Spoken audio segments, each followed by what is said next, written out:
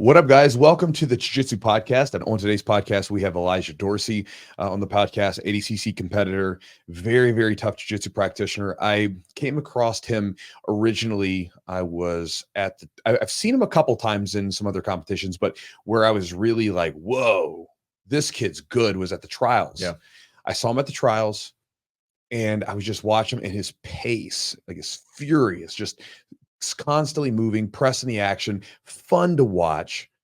And I remember, I talk to you this all the time. Anytime I go to a big competition, like an ADCC or whatever, I always keep notes, and we need to interview that guy. Because honestly, what a lot of times determines my drive to interview someone is their jiu-jitsu style. Yeah. Right. Like I watch them, I'm like, ooh, they're fun to watch. Like, let's talk to this person.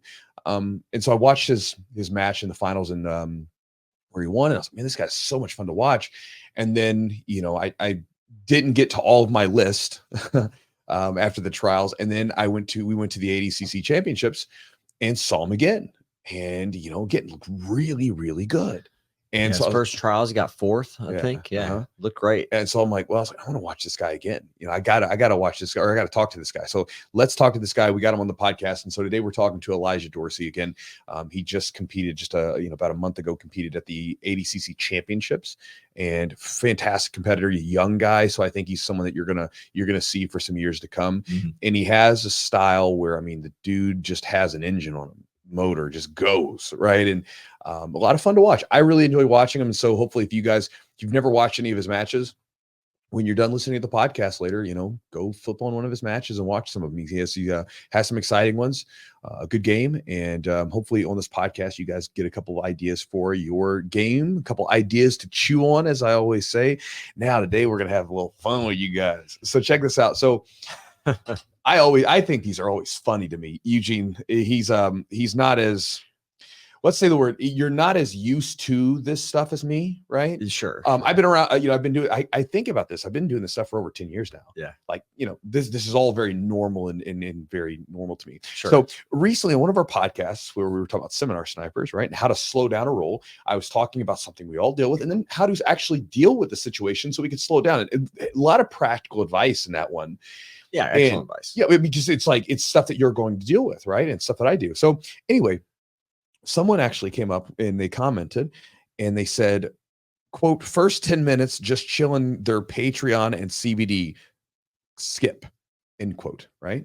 Which, by the way, is completely okay, right? This is why like a lot of you guys you don't know this, but a lot of people will come at us and say, hey, we want you to have mid rolls, right? And we refuse. We're like, we're not going to do mid rolls because we don't want to do mid rolls because it breaks up the content, right? Whereas like if you guys listen to podcasts, you'll be in the middle of listening to it. And it's like, oh, by the way, like get some greens or whatever. You're like, I don't want to break up the content. So like my ideas and our ideas, like, look, if you don't want to listen to these ads, you don't have to. Just skip through them, right? Remember, this is a free thing. You don't have to pay anything. So this is completely free. So the way we make money on this is and support ourselves and our families and stuff, using this podcast as a thing, is by the ads, right? And again, if you choose not to listen, that is completely your prerogative. No big deal. But we try to make it easy enough for you in case you don't. And then he commented again, like just afterwards, he says, correction, 12 minutes of ads in a 50-minute pod. First and last time listening to this. And you know what, bro? I'm glad it's your last time listening to this because I don't like people that are just complainers, right? Now, here's the thing.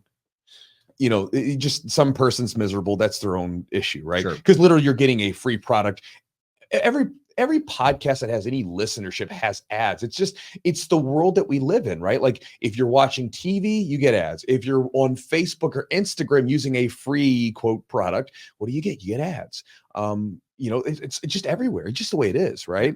And then also too, with our ads, we get pushed to throw a lot of stuff on this podcast that never make it to our ads because I don't want to fleece you guys for money for stuff I don't believe in. Because trust me, I've had greens companies, I've had protein supplement and stuff, and like I've had a lot of supplements that a lot of other people are pushing that I refuse because I look at it, I'm like, this is junk. I talk to my nutrition coach, I'm like, do you see anything in there? We're like, no, that's garbage that you're being overtrained. So I'm not going to push it, right? That said, on the flip side, another comment from someone who listened to the same podcast was, great advice, Chewy. Training is learning. No one went with a medal. If you want to win, basically he's talking about, hey, it's a good idea what you're talking about. Great advice in slowing down the rolls. And so I always think that's interesting, seeing that you get these two different flavors where, one person, is being a negative Nancy. Yeah. And the other person like sees great advice. And again, to me, this is what it comes down to.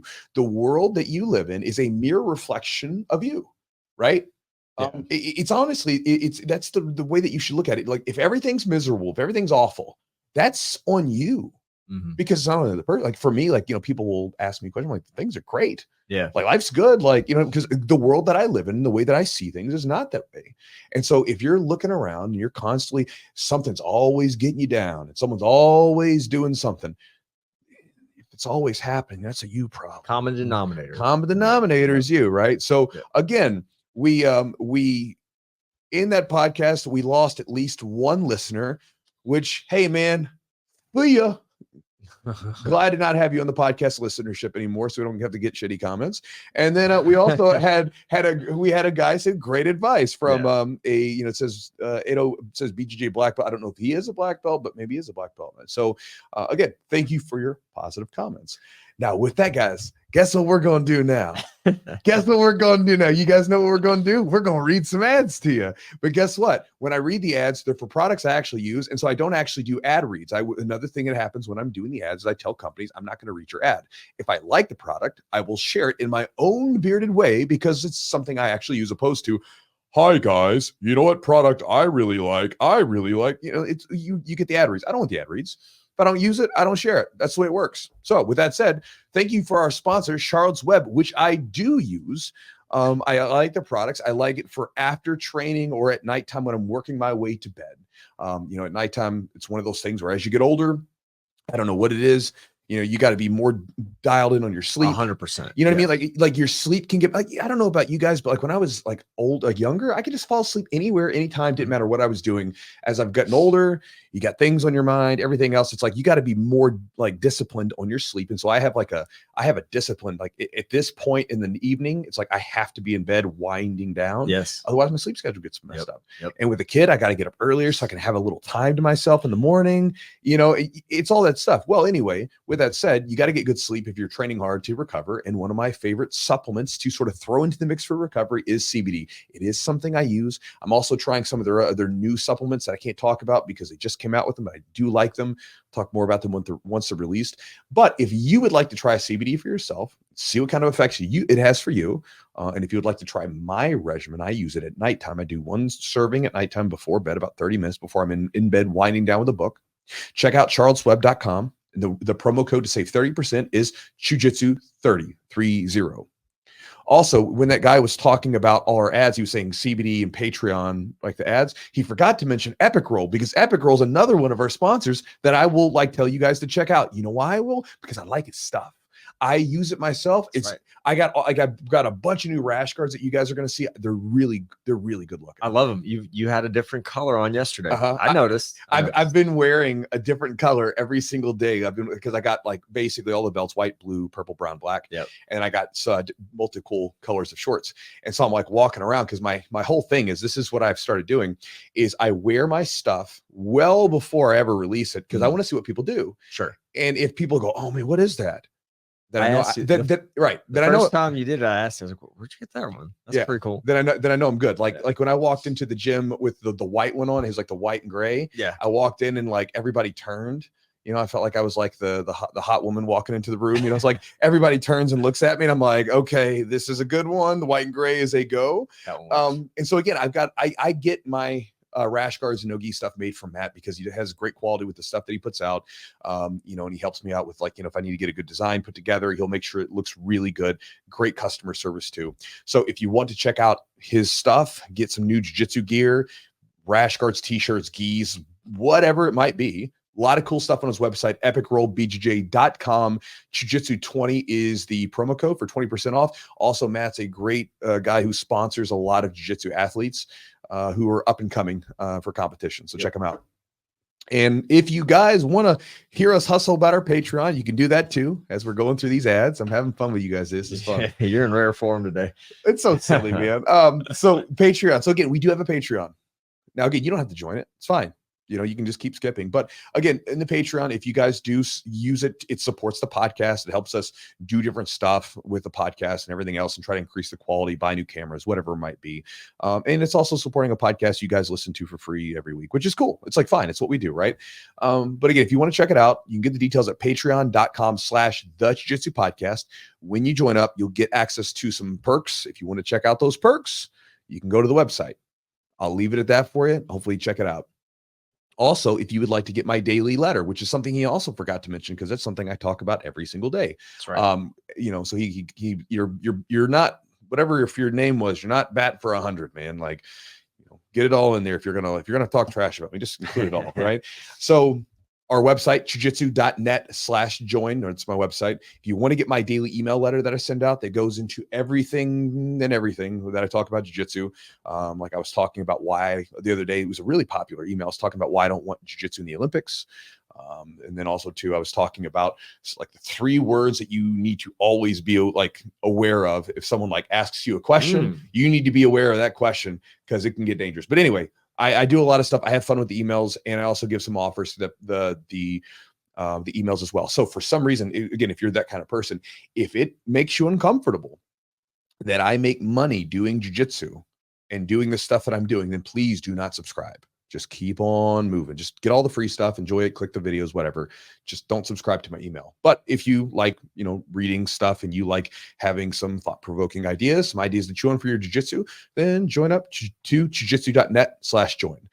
Now, with all that said, guys, we're finished with all that. Let's actually get into the podcast with Elijah Dorsey here, who's going to talk about his jiu-jitsu, some of his training ideas.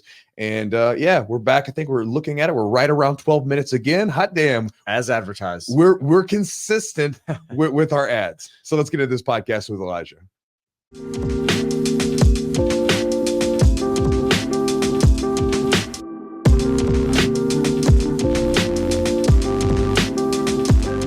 You know, as someone who's a highly accomplished gi and no gi competitor, what are your thoughts as far as like training them? Because, you know, like there is this division now and people like to draw lines in the sand and say, I'm only this, I'm only that.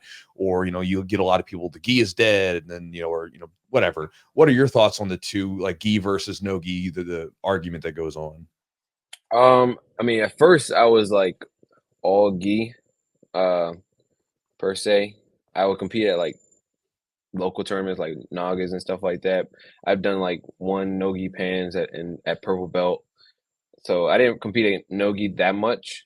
I was like mainly gi. But after last year, after I started like competing more in no-gi, I was like, well, this is fun. And it's like a whole different world. So like, just like you said, it's like 2 different martial arts, 2 different sports. So like just to be on both sides of it and like just see the different types of like people, different types of games and stuff like that. I actually enjoy both of them. I think everyone should do both. I think gi probably would be more essential. I think gi helps no gi more than no gi helps gi. I'll say that, in my opinion. How do you think it helps? How do you think that gi and no gi like can complement each other? I think like no-gi, most people that are in no-gi like they're like more scrap, like they feel like there's more of a scrap rather than, I mean, of course you have your people that are like very technical and stuff like that. They have their systems down, but for the most part, most fights, like I would say, are scraps. And I think they're kind of, sometimes they're one-dimensional, to be honest. Like some matches are like one-dimensional. Both that can be both in gi and no-gi. Like in gi, it could be like a 50-50 battle, like worm, like stalling. But then in no-gi, it's like only someone going for legs. That's the only thing they have, or someone only wrestles. Like you can get away with those things. Where I don't think that you can get away with only having one thing in your bag in gi. Like it's more of a flow, I would say. Yeah, like you have to you have to escape traps, I would say, like, because say somebody does warm you up, you got to find a way to escape. You got to find that maze to escape. Rather than no-gi, you can probably just kick out of somebody if you get your leg tied up. Not saying that it's that easy, but it's a lot more barbaric. No, I'm following you, because it's one of those things where like you could take a really good like wrestler who's got, you know, a decent little bit of knowledge on him, and you put them in no-gi, and I mean they're like hell on wheels to deal with, because you know because of that situation. Whereas then you slap a kimono on them, and then you can tie them up, and then the whole situation changes because they have to slow down. And like you said, with the traps and all the different grips, each one of those presents a whole set of situations that you have to address. And if you don't address them, you're going to get swept. You're going to get caught in submissions. And so I know what you mean. The pace slows down, and you have to be a lot more thoughtful with a lot of your movements in gi. Whereas in no-gi, not to say that you don't have to be thoughtful, because of course you have to, right? But there's a lot of times where you can sometimes just be sweaty, slippery, and sort of flop around, and you can get out of something even if you don't really know what you're doing. Yeah. Whereas that's a lot more difficult, especially the higher and higher you go into a gi situation. Yeah, for sure. And also, like, everything that you can do in no-gi, I mean, of course, depending on the rule set, but if we're just being like conceptual, like technical, you can do everything in no-gi that you can do in gi, but you can't do everything in gi that you can do in no-gi. Wait, or the other way around, one or the other. But like, because say you can do a foot lock in gi, you can do it in no-gi, but you can't do a bow and arrow in no-gi when you can in gi. So I think there's more webs to like move webs that you can do in gi rather than in no-gi. So it's more fun to experiment and stuff like that with in that case. Is there like an attribute that you think helps in one versus the other? Like maybe what's one attribute that you think would be really helpful in gi and then one in no-gi? I would say explosiveness. I mean, I think that's an attribute, because you can work that as a skill, like through workouts and stuff like that. So I would say explosiveness is more beneficial in no-gi, or strength is more beneficial in no-gi rather than gi. That's like the main thing: strength and explosiveness. Anything in gi that you think? I mean, I probably train like 60-40 gi, and I feel like for me it's easier for me to control. You know, being a little bit older, it's easier for me to control somebody in the gi versus no gi. Like Chewy said, like if I have a wrestler, it's hard to like get them really pinned down. So I don't know. That's just, I don't know. I think gi, but some people love a lot of older people, like they feel like their bodies don't get as beat up doing no gi. So I mean, I just think it kind of depends on the individual. And gi, that's a good one. I never really thought about this. I'll probably maybe flexibility. Well, especially at the lower weight classes, flexibility is really important. It changes a little bit. The big weight classes, guys don't have to be as like foldy and bendy. Right. Yeah. But in no-gi, that's a good one. Because well, I'm thinking like, say if someone's on top and they're like stacking you, like they have the pants that can control to help control the stack. Sure. So that's my initial example that I'm thinking of. Yeah, I got you. Well, we can come back to that one, man. You know, I'm curious because of the fact that you were a predominant like gi player.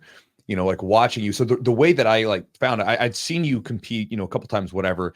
But I remember when I went to trials, was it last year, and you won. I was like, okay, I was watching you compete throughout the day, and I was like, damn, that kid, he's looking good. Like you had a really fast, furious pace, good wrestling, just the passing, what you were constantly pushing the action on people. It was a lot of fun to watch. And so for me, a lot of times the podcast becomes I watch this guy compete. I really like his game. Let's go get him on the podcast just to talk to him, right? Because that's literally what it comes to. It's like I like watching you, so it's like, oh, let's do that. So I was watching you compete. Yeah, no problem. It was a lot of fun to watch. And then even at the ADCC trials, like you know, you looked really good. And I mean, you had a showdown against like one of the returning former champions, right? You guys basically had a wrestling match, right? You guys were basically shooting for takedowns, and you won that battle. and so your takedowns and your passing, like, it doesn't look like there was any sort of like, because sometimes you'll see guys come from the gi, go to no gi, and they struggle a little bit. That doesn't look like that was a problem for you at all. So did you do anything to transition from no gi or from gi to no gi, or were you always working a lot of no gi in the gym and doing like wrestling and stuff like that? Like, because again, it looked like you were completely perfectly fine in the no gi situation, even if you were predominantly a gi player for a long time. Yeah, so I mean, I would say that both my game and gi and no gi has always like been kind of parallel with each other. Mhm. I don't know why I'm using all these big words, but no, I've actually never wrestled. To be straight with you, I did one wrestling practice in high school, and we did like a King of the Hill, and then I went through everybody. But that's the only wrestling background I have. But you guys wrestle in in your gym, you wrestle, right? Like you guys do takedowns and We stuff. yeah, for sure. We do Okay. like in drills and rolling, we do takedowns. But no like official like wrestling team and stuff like that. Gotcha. But I would say like training nogi, I really didn't start until after Worlds last year. After 2023, the IBJJF Worlds, Gi Worlds last year. Mhm. I didn't start like focusing and actually doing training in nogi consistently.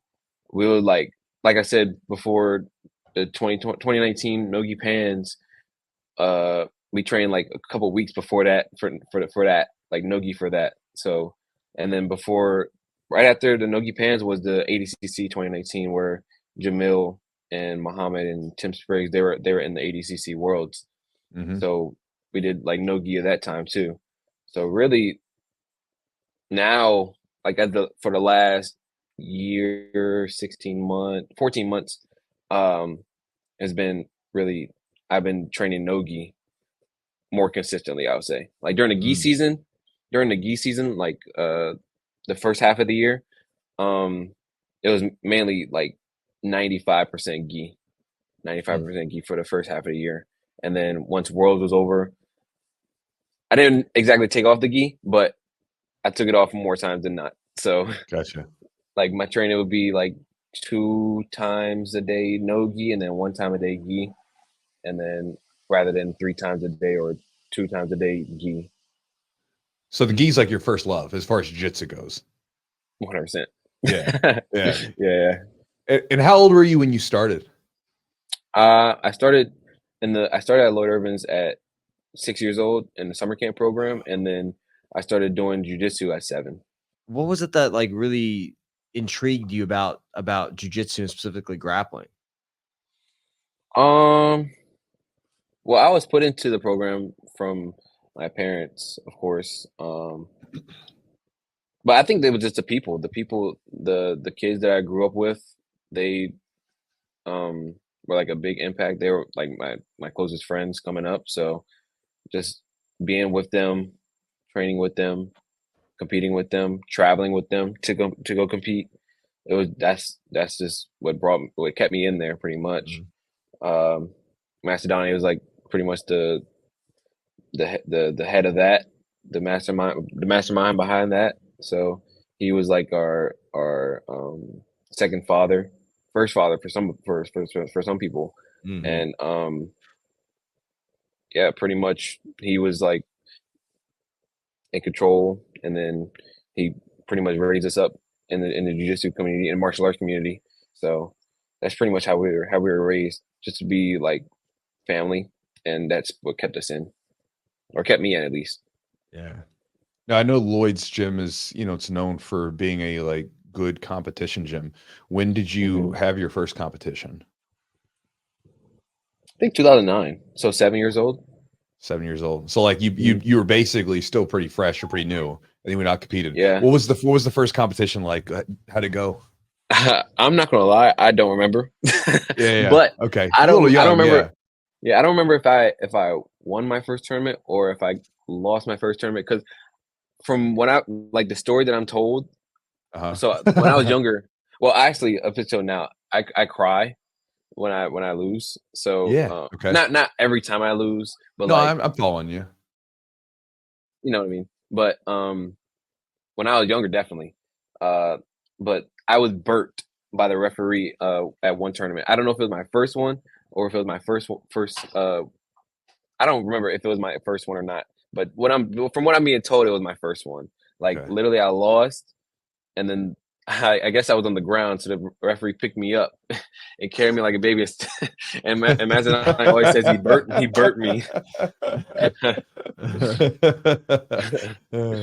That's funny, I think man. that from what I hear, that's my first tournament, and Yeah. then from there, I guess I didn't get burped again. I'll say that. Yeah. Yeah. How did you take your win? So you kind of sounds like you take your losses pretty hard, man. How was it like? How do you feel when you win? You get pretty pumped up? Do you feel like you kind of want to get after it again, or like is this a relief? Like, what do you feel when you have a big victory?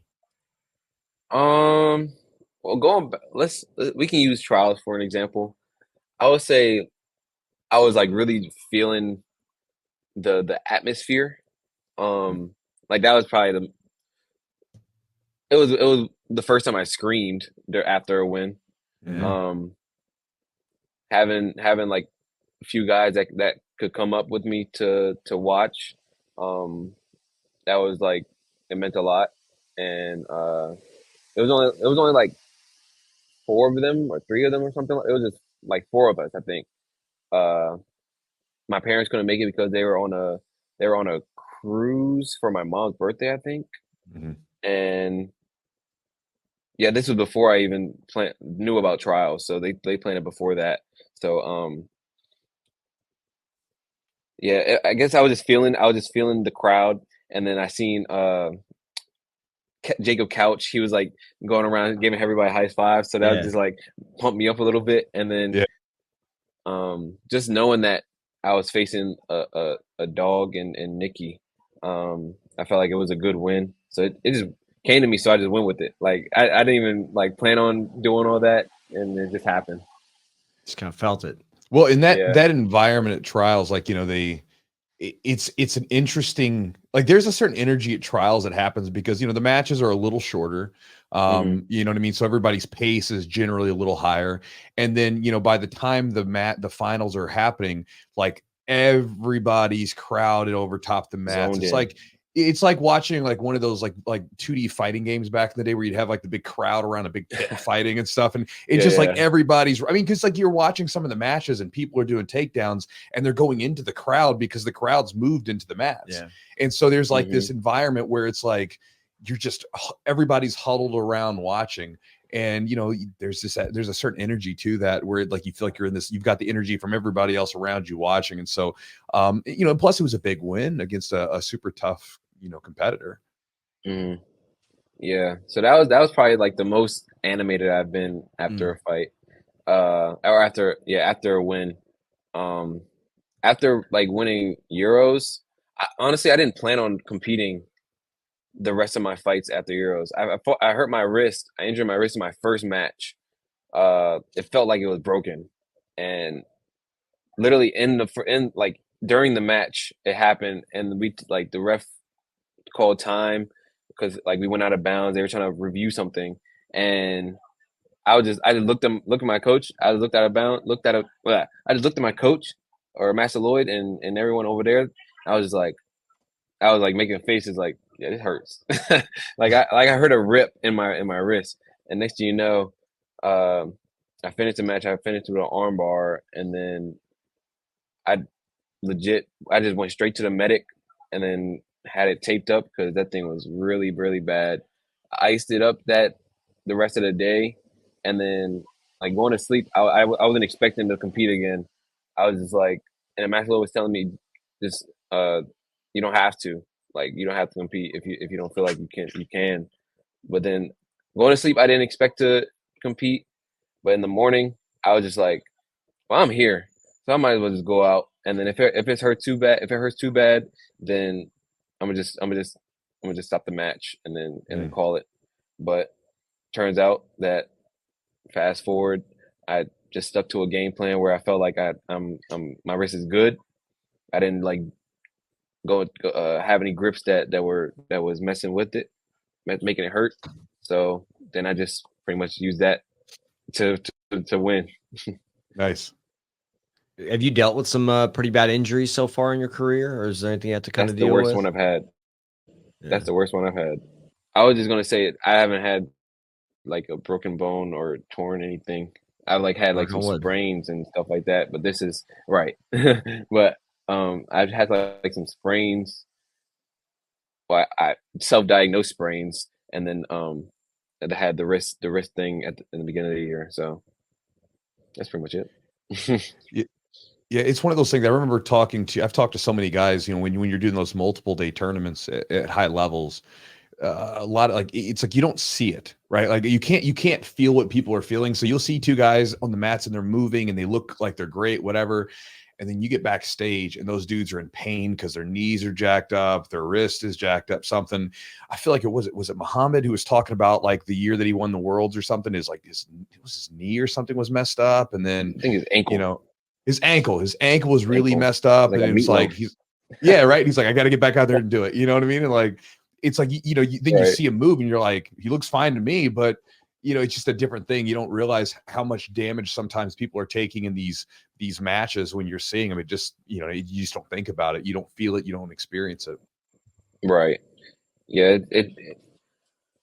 It's definitely like changes perspective when you actually get in there and then you do deal with that. Like now, like I used to, or there's still people that I have like sports conversations with, Mm-hmm. and like they're like talking trash about people, but I'm sitting back, I'm like, well, all of these guys are like they're good, Yeah. and then like they're like they're the best of in their sport, so that's why they're there, and Uh-huh. like it just happened. Like they just lost. They got caught. Whatever it is, whether it's MMA, if it's football, if it's basketball, it just wasn't their day, Well, I remember or it years was ago, their day. I'd be watching like a football game or something. He'd be like, "Oh, so and so's out with a sprained toe or a pulled groin." You know what I mean? Hmm. And you could sit on the comfort of your couch going, "What a wimp!" Like, pull whatever toe. And then you become an athlete. You're in sports. You're competing, whatever. And then your toe gets hurt. Or Yeah. you have a pulled groin. You're like, "Oh shit, I don't know if I Pretty can rough. do this." Hmm. It's a different world when you're actually experiencing that, especially if you're trying to compete at a pretty high level. Oh yeah, for sure, for sure. The first time I really saw you compete in person was at Worlds, at ADCC Worlds, and like I was super impressed, like Hmm. with your pace. Like you just kept a really high pace, especially you and JT. I think you guys had a very similar style, right? It was kind of like for me, like I love JT's awesome. It was almost like you guys were very similar, very equally matched, but just a little bit. I feel like you had just a little different gear than he could contend with. Like, how do you train for like a high pace and keep like a high pace in your match, like maybe improving your cardio? A lot of Shark Tanks. It's my least favorite thing when Master Lloyd says, "Put on the 30 seconds on the clock." I already know what time it is. Like that's the Shark Tank time. So we would have like I will be in the middle, or whoever the focus is on, they'll be in the middle, and then you'll have like 3, 4, 5 guys that are coming in every 30 seconds. A fresh new person coming on you, whether it's uh being heavy on the head like collar ties, endless collar ties, whether it's passing or whether you got to pass them and they got to try to submit you or sweep you and stuff like that. Or it's takedowns. That's the main thing. That's the main one. Takedowns, like people coming in every 30 seconds trying to take you down, trying to snap your head to the face of the mat. And then I was also on this air bike protocol. It's 7 seconds full out sprint, and then 53-second break. But you got to keep Okay. your arms pedaling, and not your feet. Yeah. So the 7 seconds you have to get up to 100 RPMs. So Okay. like that's the goal, to get to 100 RPMs. And yet Mhm. I did that like whether it was between 5 and 10, and then in between that I'll have to go and roll. Mm. Like, in between the 5 or 10, I'll have to go and then roll, do the takedown thing, do the guard passing thing, and it's pretty devastating. But Oh, bro. it definitely helps in the long run, which I've come to realization that's how it is, but I still hate Yeah. it. um, and then before that, like the year before that, I think that really like helped with the gap in my cardio would be and conditioning would be something called Tabata protocol, which is the 2010s, and we got to start that this month. So that should be fun. Not really, but that's a big thing that helped with my cardio as well, and then like a mental thing as well. Like you can keep going past the limit that you think that you have. So that's also another thing that really helped me. What do you tell yourself if you're tired? What do you say something to yourself when you're like kind of starting to hit the wall? One thing that DJ Jackson always like, I never heard. Well, no, actually, I have heard him say it recently. When he was here recently, he was just like, "Yeah, he's tired, but he's just gonna keep moving." So between the way I watched Leandro Lowe fight, because he always looks like he was always tired, super tired, but he just kept going. And next thing you know, that equals to what, 7 or 8 world titles. So like just seeing that, I believe that I can do that as well. So just telling myself like, just keep going. They're tired too. So that's pretty much the main things I tell myself when I'm in that situation. Yeah. Here's a question for you. So, it's one of the things I'm always interested because, there's different, thoughts, and we've had different guests sort of express different ideas. Drilling, and things like that, and doing stuff like drills, have been super popular for a long time. There's a lot of people that are saying, drilling is pointless. We don't need to do this anymore. From your experience so far, do you like, I mean, it doesn't mean you have, just like the Airdyne bike, you don't have to like it. Right. But do you use drilling? Do you do drilling to sharpen techniques or sharpen takedowns, things of that nature? Or are you more of a, I just want to get out there and roll type of person? Like, what is your sort of thoughts on that? Drilling versus just rolling? Definitely drilling. Most of our practices, are like a 60 or 70 to 30 or 40, in drilling to rolls ratio. Yeah, I definitely value drilling because it helps you learn the technique. Then when you have questions, or if you don't feel like you're securing every detail, then you ask the questions while you're drilling it. And then like if you just go out and roll, then if you're rolling with, say I'm a blue belt and I'm rolling with the black belt, but I'm trying moves and none of it is working, then like your confidence is going to go down because one, you don't know what you're doing, and then two, it's not working on that person. So I would say drilling and then working those drills in your rolls is best. But I mean, of course, people have the ecological system. And no, I mean, if that's how it works for them, then that's how it works for them. But I would say for me, drilling is essential. Yeah. No, I like Greg, and I know he's big on the ecological stuff. But I'm still like a drilling guy at heart, and I like doing it, and I still find a lot of value from it. But I always think of jiu-jitsu as this thing where just like there's not like one specific technique, that like there's variations and there's lots of ways to be good at jiu-jitsu. Right.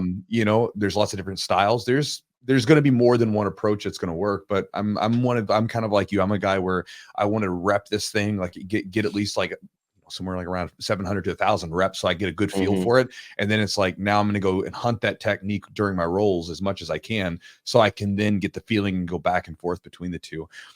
For a drilling session, is there anything that you think is important of making it effective? Because obviously, if you're very early on, you might slow things down to a great degree to try to fill the technique out.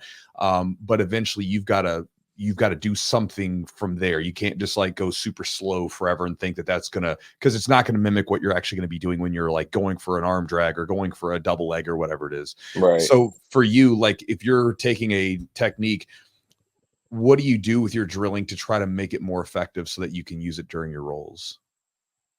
I would say once like learning the general movements of the move, then just closing in the space, because most of the times when you're doing something to somebody, you want to close the space.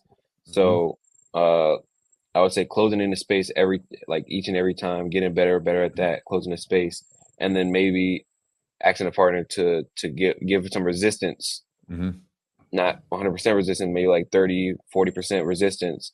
That way you can feel what their reaction might be, or you can start like do one part of the move and then they react, and then you do something, you like brainstorm something, Yeah. ask a question about what do I do if they do this, and then like just problem solving that way. Yeah, I think the giving the looks important. I think it's I think of it like in wrestling, you know, if we're doing takedowns, you know, a lot of times, you know, the guys would be moving, we would be in our stance, they'd be pushing, shoving, locking up with us back and forth. And then we would, you know, go for our takedowns just as we, you know, would have to during a live round, but then the person's not going to give us that next gear of resistance. They're just giving us that look to try to mimic those initial entries and everything else into them. Yeah, for sure, for sure. Like, okay, this is a shout out to Garrett Limburger. Okay. He's actually really helped my wrestling over the last almost a year now. Okay. So yeah, he started jiu-jitsu with us, but then he was like coaching at different colleges and stuff like that. So that's why he's been bouncing around, and then we brought him back, or Master Lloyd brought him back, and now he's teaching wrestling classes here and still training with us as well. So he always gives us 2 cents for when we roll, when he sees stuff, and he's like super good in the corner too, coaching as well.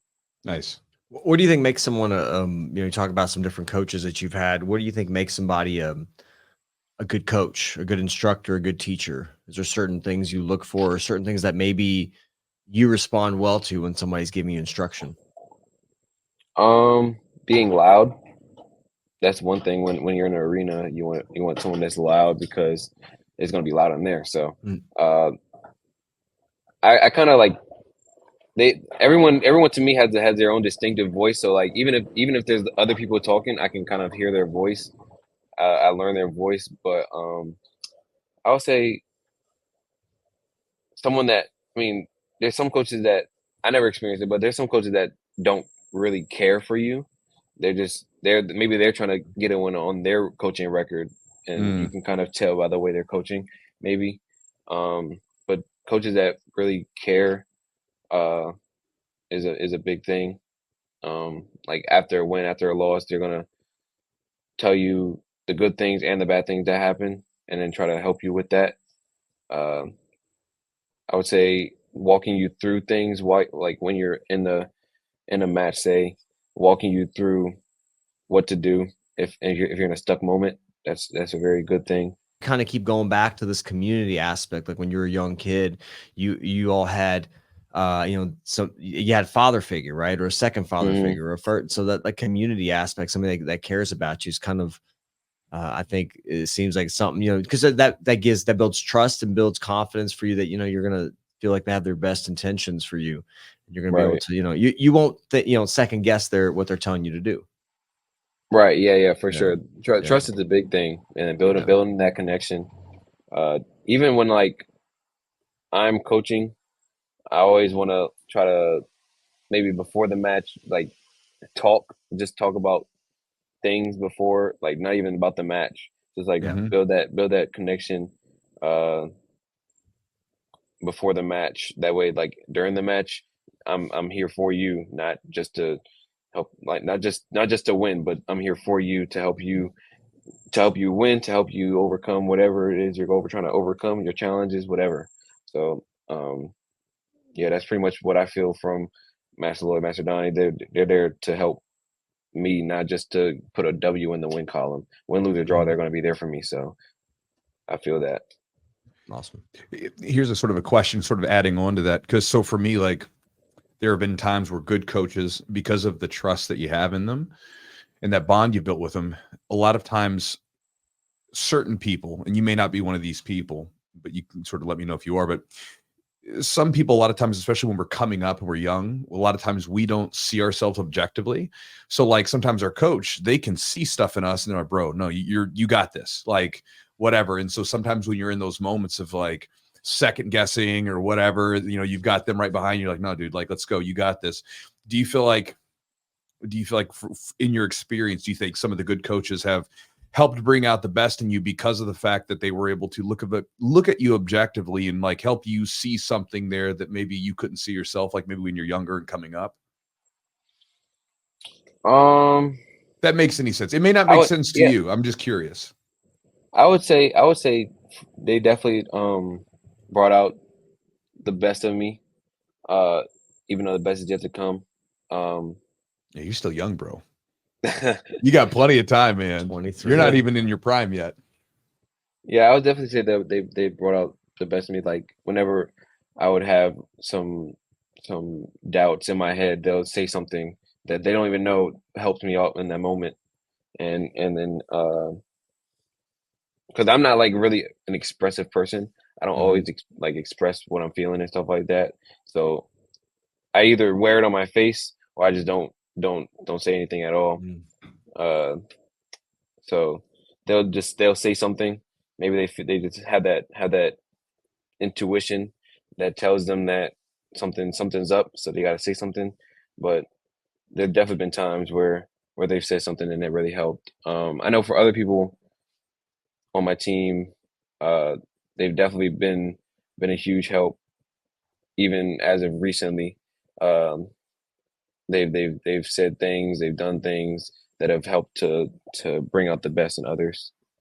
So I want to say you had a phenomenal performance at your first ADCC. You killed it. You did awesome. Obviously, you didn't get as far as you wanted to. You got fourth. And you had some tough matches, some big wins. Do you remember maybe like what your team said to you after you had that loss, after you for the third place match? Do you remember kind of what went through there, and how did you kind of work through that and kind of learn from that experience? So yeah, I think I used this word before. I was devastated, kind of, as if you saw, then you saw it, then you seen how much I was crying after the match. Yeah, you could see your But body language. You could just see like you could just see it from, I could obviously not close enough to see everything there, but I remember watching your body language and you can just see like just the overall, like sort of a depression in your body just sort of swoop over, right? yeah, so that's kind of like what I was feeling after the match, and then and I was also like physically hurt as well. Yeah. But mixed between those two. But like when I was once I brought myself together, Master Lloyd, Master Dine, they definitely were huge helps at that point, because like they were just telling me like how proud they were, like I made it that far, and that's not a regular thing that I made it that far in the first place. So like that, like you're from your question earlier, that's an example that like Yeah. that's an example of a good coach, like Sure. being there for me at the lowest point, after a loss in front of like a big crowd, uh, building me back up. And then I was like, usually I probably wouldn't go up to see my family and teammates and stuff like that quickly after a match if I lost. But I was, after they talked, I was ready. I was like, well, let's go up there. And then they were just telling me how proud everyone was and stuff like that. And I was like, help me not get over it, but build back up, I would say. Yeah. And just knowing that I had them out there, they were there for me to watch me and stuff like that. It was very, very cool, because it's not cheap to go from Maryland to Vegas. Yeah. Especially some of them getting last minute flights. Yeah. And you had a great performance, man. You had some big wins against some world champions. Like, I mean, it was impressive.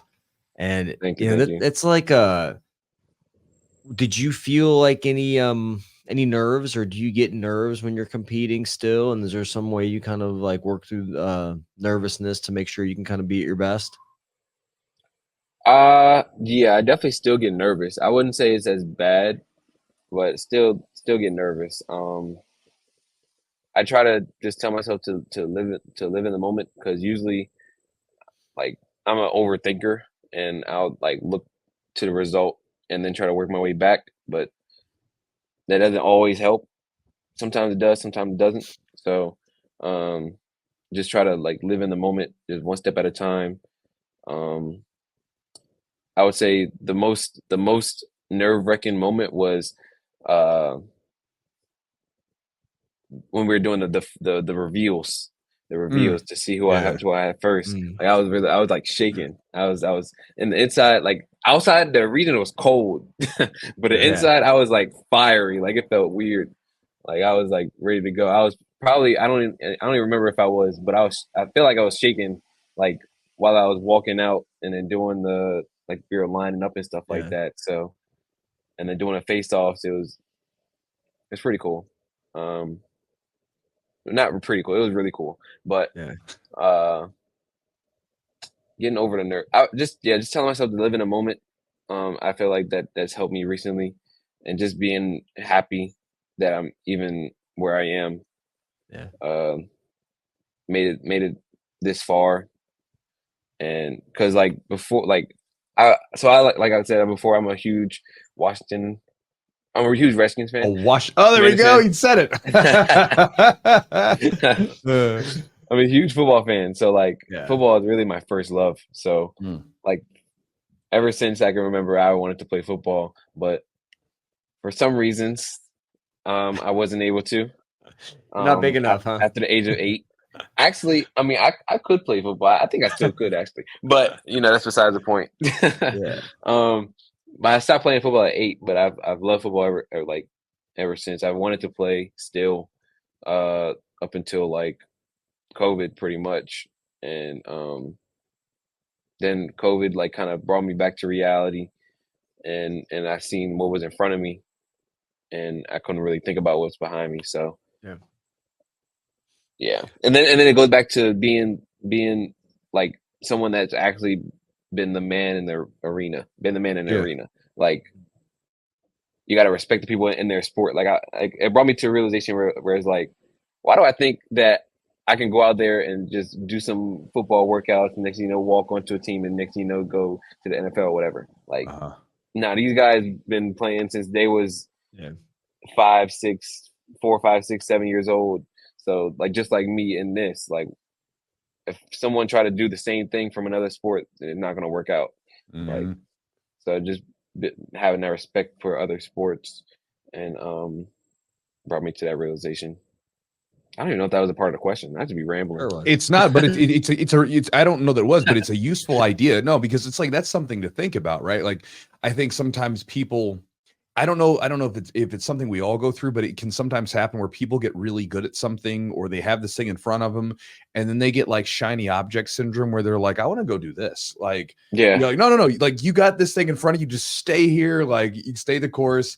And like you said, sometimes people don't pay enough respect to the amount of work people put into a particular thing to become the person that they are. Like you said with you, it's like, some person, could watch you. Oh, I could do that. Like, no, you couldn't. Like, you haven't been training since you were 6. Like, it's not happening. You weren't surrounded by a gym full of killers that were training and winning worlds and all this stuff back in the day when you're a kid.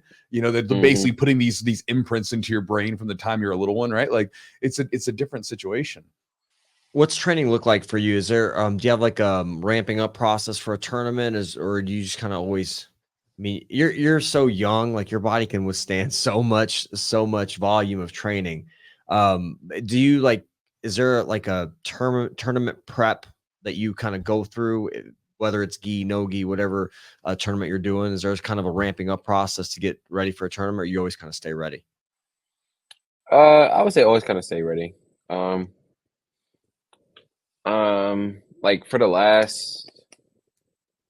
ever since last Worlds, I mean not last World, but 2023, it's been like at minimum 2 times a day, or like leading into a tournament, it'll be 3 times a day of training, and then like today, I didn't train earlier this morning at like we have 11 o'clock, and then I train at 4 or now, but we're good.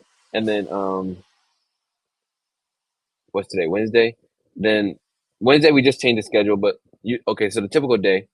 So let's say Monday. Mondays are I go to strength and conditioning at 8, and then 11 o'clock we have training, and then 4 o'clock training, and then 8:30 training. Tuesday Tuesdays, same thing. Or strength and conditioning is Monday to Thursday. So let's just do that. And then also they have 11 a.m. trainings, and then 4 o'clock trainings. And then the only thing that's different between the days are wrestling classes are on Tuesdays. So from 8 o'clock to 9 o'clock is wrestling, and then 9 to 10:30 is another training system, another training class, practice. And then Fridays, 11 a.m. and then 4 o'clock, and then wrestling at 6 o'clock. So then Fridays end a little bit earlier. Saturdays, 9:30. This just changed too, but 9:30 training and then 12 p.m. training. So that's it. Are you training both? Like, is it hard rounds for every session, or are you just taking some of the classes a little bit lighter, and you have some harder training rounds in certain? Pretty much is all hard training. Like I said, the ratio between the drilling and rolling, it depends. Some days we go straight into rolling. Some days we do mostly drilling, and then like the last 30 minutes we'll do rolling. Or some days we'll start off with shark tanks, and then you'll be exhausted, and then the rest of the class is rolling. So it really depends on the day. There's different people in the 4 o'clock class than in the 8:30 and 11 o'clock. So like 11 o'clock has a little bit less people because most people are at work. 4 o'clock is like the people that grew up in the kids program. So like Malachi, Corey, my brother, Corey Walker, Q, blah blah blah blah, and like teens, juveniles, some other people, and then the 8:30 is like more adults. More adults that are in that class as well. Do you guys have like a time where like most of the competitors or fighters, like that's their time that they're going to come in, like all the higher level guys, or is it just dispersed, or do they just train whenever they can get in? That's the 8:30. The 8:30 is pretty much like the competition class. Okay. The competition training. 11 a.m. is also competition training too, but it's just less people because people are at work. So yeah, that's why it's not as many people. But it's still competition training. And then the 4 o'clock is also competition. All of them are really competition trainings. Yeah. And then, but now we're about to start. I don't know how the schedule is going to be because we're about to start bringing in kids again. Like we haven't had new kids since March 13th, 2020. Yeah, I saw Lloyd's message about that. He I didn't realize he had didn't have new kids coming in. Right. Yep. We haven't had any new kids. I did some privates yesterday for like some new prospects. Definitely nervous about that. But why is that? I'm just a shy person. So okay. And then doing like a private in front of the parents is just like, oh.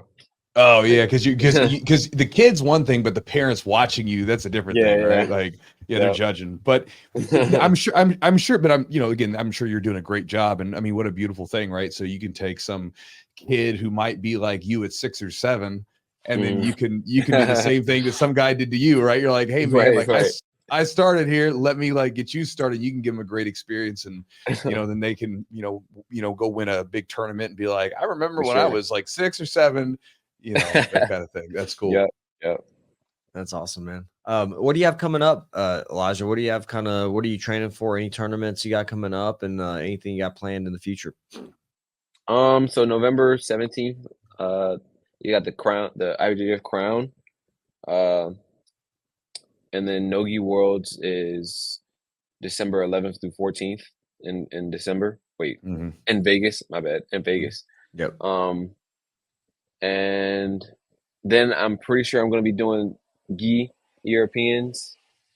I'm going for the Grand Slam next year. So okay, gi or Euros, Pans, Brasileiros, and then Worlds. Okay, Brasileiros is on the fence because there's some family stuff that might be crossing over. So I have to attend the family things. In that case, if they come across each other, hopefully they don't. Fingers crossed. And I don't know. I don't know other than that. I don't have any like super fights or anything like that on the radar as of right now. So, yep, that's it. I mean, So for people that's fine by me listening with though. for people listening with the crown, tell them about more about what that is exactly, because that's not like your average like IBJJF tournament. Yeah, so last year they actually had their first event, the crown event.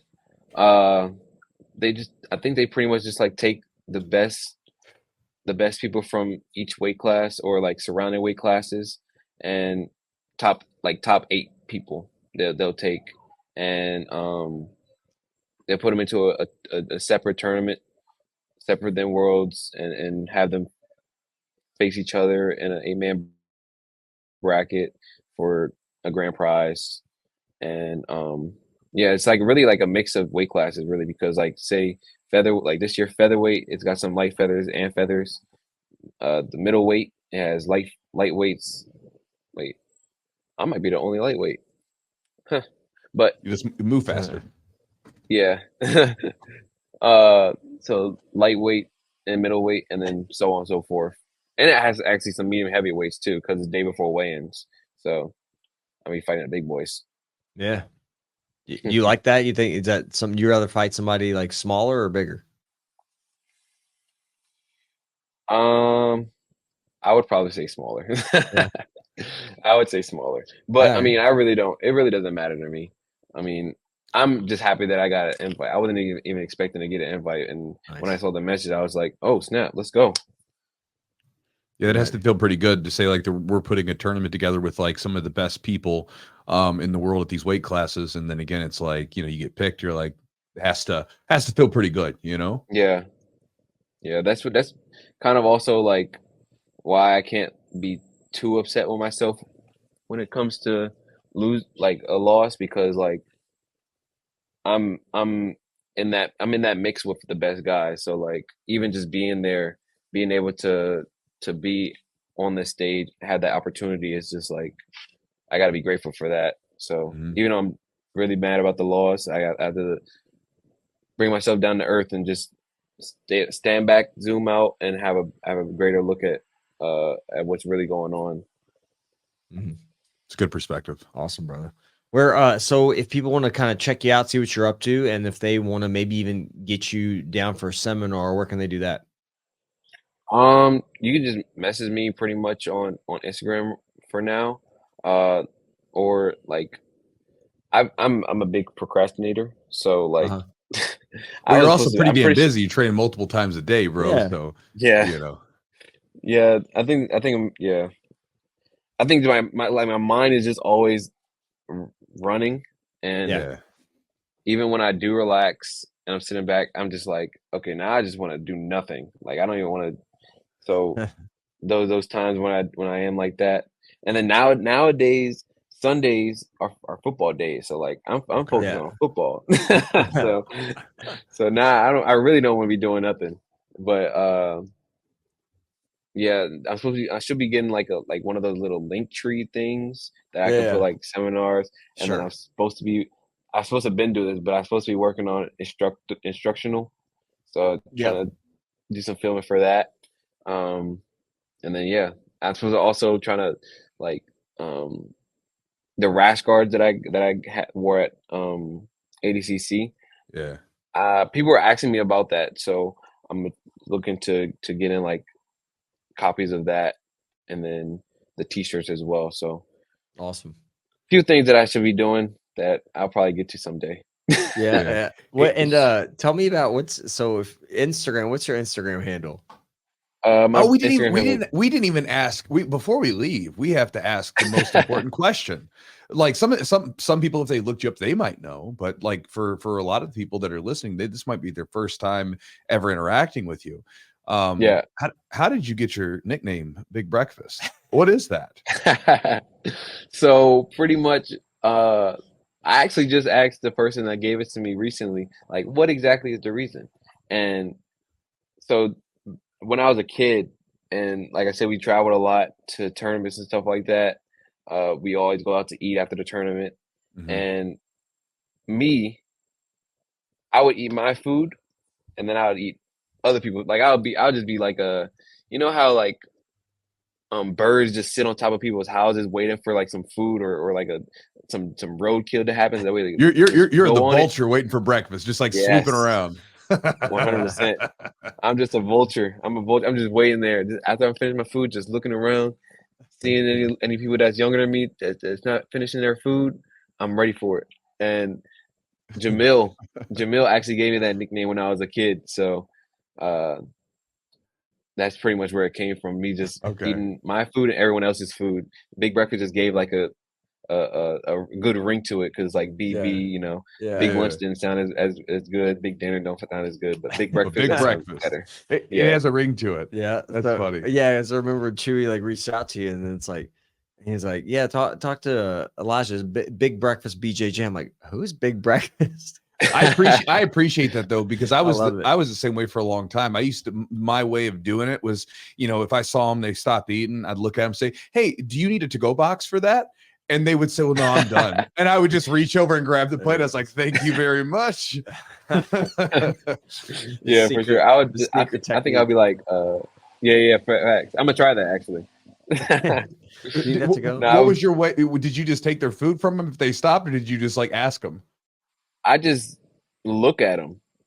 I just stare at them, like look at them, look at the plate, and then they'll just act. They'll just know. They'll just know, like, okay, you want the food, and I'll be like, yep, yep. Well, that's probably why he gave you the nickname. Jamil was probably sitting there, and you were staring at his food. He's like, yeah. The plate. What's the look? Show us the look. What was it? What's the look like? What's the look? What's the look, man? Are you like licking your lip? What are you doing? Nah, I don't even know if I'm looking. I'm just like, don't you know how like sometimes you just stare into space? That's just how it is. Like it's staring at the food. Yeah. And then we talk. Like once you know someone like starting to finish eating, they'll start talking. Like when it's quiet at the dinner table, you know the food's good. You know everyone's eating. But once people start talking, you know that they're starting to get full. So once people start talking, I'm just acting like I'm listening to them, just looking down at the plate.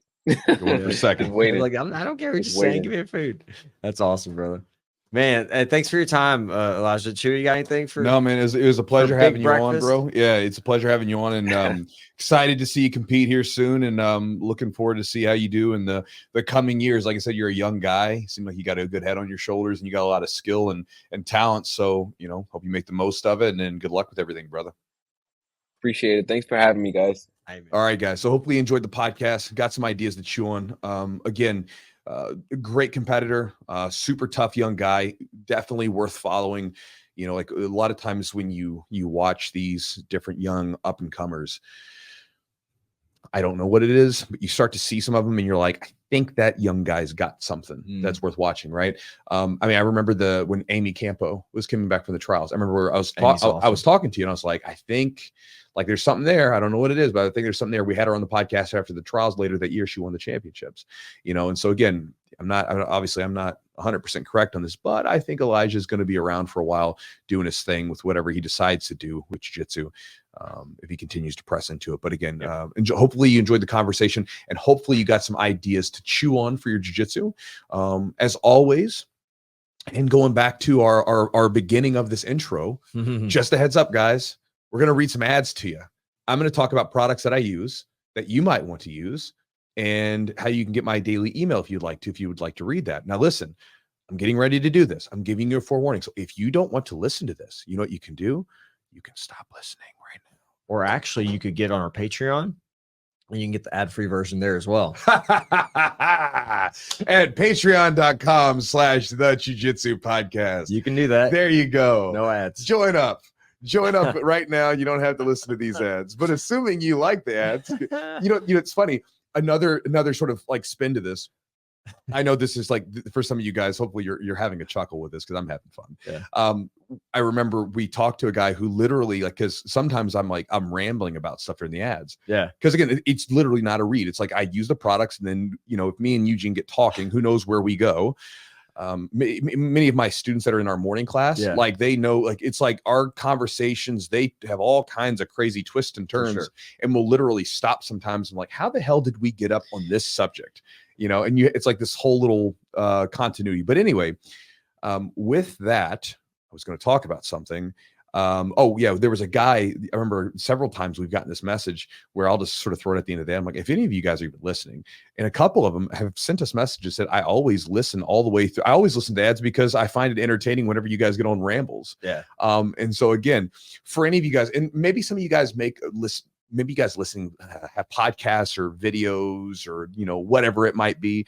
If any of you guys do, like, this is how you deal with that stuff. If someone sends you a nasty comment, you don't take it to heart. It's some rando on the internet. Like, again, you know, we have thousands of comments and positive feedback, and I've met people in person like, man, I love your podcast. Keep going. Those are the feedback. Now, if you give me some constructive criticism, then, like, you know, there's been times where we've had constructive criticism on different things over the years, depending on like whatever is going on. Maybe audio quality was messed up or something. That stuff happens, and we take that to heart. But someone that's just coming at you like some rando that's just talking trash, don't pay any attention to it and have fun with it, because you got to think. Like, for me, I don't know about you guys, but if like I don't like something, I just keep moving. I just move on. I just like I'm not gonna take the time to bother. I'm just gonna move on. But if you're having such a bad day that you got to, that's on you. That's not us. So anyway, don't take it to heart if you guys create any sort of content and people talk trash about you. Does not matter. No point in giving your attention to them. You focus on the people that you can help and the people that are with you. That's the people to focus on. Good advice, Chew. Now I'm getting ready to read these ads. So again, let's get into them. So we already mentioned the Patreon, so we don't have to hustle that no more, right? So now let's talk about some CBD. I like CBD. I think it's a good product. I've been using it for years, off and on. I notice a difference when I'm using it, and I typically like it for my end of the day nighttime routine. I don't like it in the early day because it tends to just chill me out a little bit too much. And I like I'm kind of like a hyper person. Yeah. I like being kind of on edge. Whereas if I remember when I first started taking it years ago, it was like I would be way too chill, and I felt like I just didn't have that like extra oomph. Now, I know that sometimes people like you, I know you used to like taking it in the mornings. Yeah, I take it in the morning still, but usually at night as well. Okay. I'll split it up and I'll do a little bit at night. Usually I take the I actually take the CBN. They have CBN at nighttime? gummies. Yeah, which is the stay asleep. So those actually, I feel like help me kind of exactly what they say, to stay asleep so I don't wake up as much. That's kind of very light sleeper. So I wake up like literally anything will wake me up. So it's good. I think it helps me out to sleep a little better, a little longer. Do you sleep with headphones? Sometimes, yes. Yeah. Sometimes I do. I do. Yeah. So just for the noise. Yeah. I've got like this whole setup. Like I've got iMask headphones, and like I'm just all covered up. Yeah, now you see, you're making fun of me. So, dude, so years ago we were in a tournament, and like I would be in this, like, I wrap up to where, like, you know, I would have like basically stuff covering my face, and the only thing you would literally see is like my mouth popping out. But I would have everything sort of covered up, especially to keep the light out, because you go to those hotels and stuff. I'm sensitive to light, yeah, for sure. Well, that's like, because you go to those hotels sometimes, they don't have a good thing to cover the light. Blackout curtains. Yeah. But again, guys, if you guys want to check out the product, charlottesweb.com, the promo code is Chewjitsu30, CHEWJITSU 30 for 30% off. And again, when it comes to supplements, I share this with you guys. You know, if your diet's not in check, if your sleep's not in check, if you're not taking rest days, you know, if you're not doing all that stuff, supplements are really, they're just not probably going to get the most of it. But if you're getting all that other stuff in order, supplements are really useful. Also, thanks to Epic Roll, EpicRollBJJ.com is the website. If you want to check out their products, they've got a lot of great t-shirts, rash guards, shorts, gis, anything related to jiu-jitsu, they've got it. Also, keep your eyes peeled. I've got them and I like them, and I'm just going to kind of wear them for a little bit. You'll probably see me wearing some rash guards and shorts that are new in some of my videos in the upcoming future. And if you guys would like to get some of them, just be on the lookout. I'll be sending a special discount code to my Jiu-Jitsu email subscribers, which if you guys want to join up to get my daily email, you can do so by going to jiu-jitsu.net/join is my website. And again, if you go there, you can join up and you can get my daily email letter that I send out, that it goes into everything from jiu-jitsu training philosophy, books I'm reading, anything and everything that I think could be interesting to you and give you a perspective to chew on. And on top of that, I will also, whenever I do release a rash guards, I will be sending a special discount that will only be offered to those of you that are subscribed to the email, because again, and also too, just to let you guys know, if you guys want to get a question sent in, or if you're going to try to reach me, that's probably the email's the best way to do it. So you could join up and you could reply to it. And the reason being is because I spend so little time on social media. Yeah. Because I mean, man, like, I don't know about you guys, but like, we're also in like an election year now, and it's just so negative. I can't stand it. Like, I don't mind like going, like looking up a news story on my computer, but I just don't want to see all the, like the negative stuff. You know, it's interesting. Like we talked about at the beginning of it, the way that you view life is basically a mirror reflection of you. That's like, well, I remember Emerson said that in one of his books. You know, he's like the world, and he said to, I'm paraphrasing, he's like, the world around you is a mirror reflection of what's going on inside of you.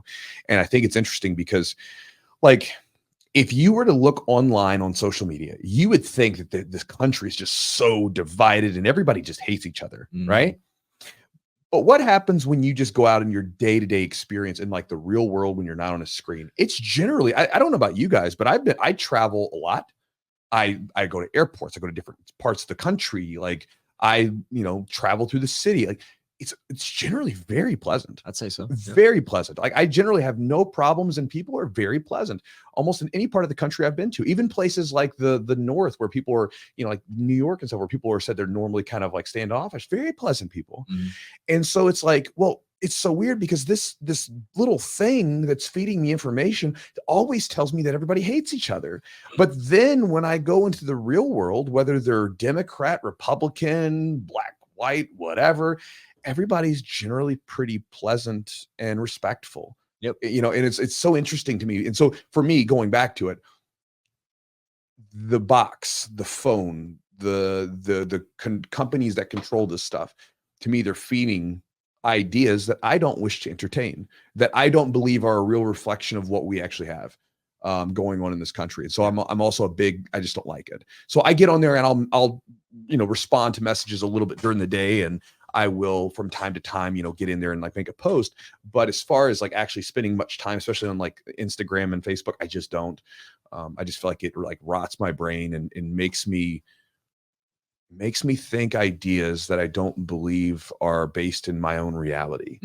You know, and so I think that's not such a good thing, right? Sure, because it's like you it's like when you look up a story and there was a kid abducted in Washington State, and someone looks at that and they live in Florida, right? In a gated community in Florida.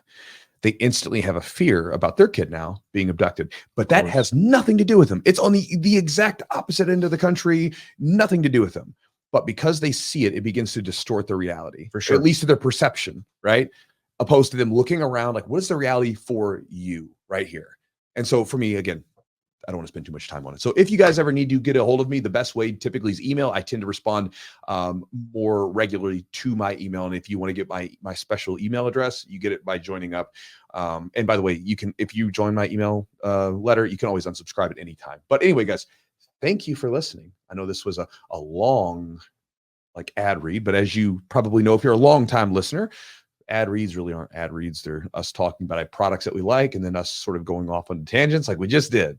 So guys, appreciate you for being here. Hope you enjoyed the podcast, and we will talk to you next week.